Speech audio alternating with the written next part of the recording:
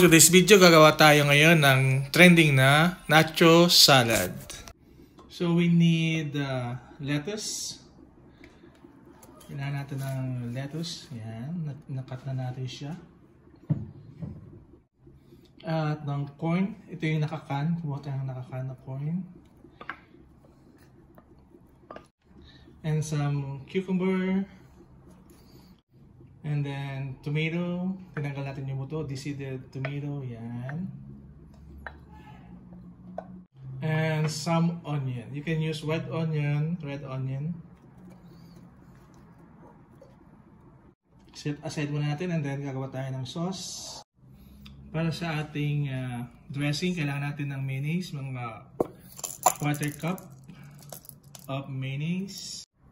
Tablespoon of lime juice or calamansi. Half tablespoon of sugar, this is optional. Ground black pepper. 1/3 cup of all-purpose cream.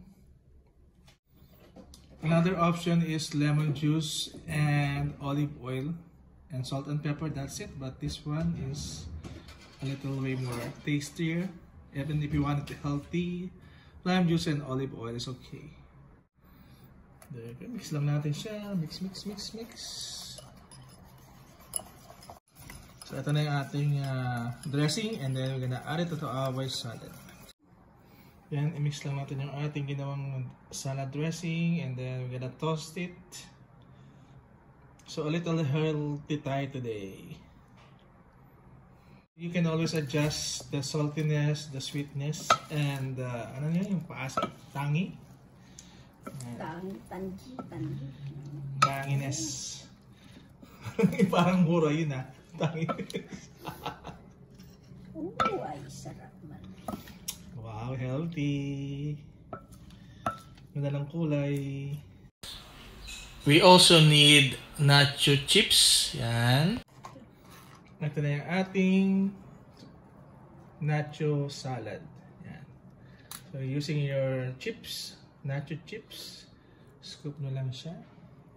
And then one big bite. Ayan o. Then one big bite.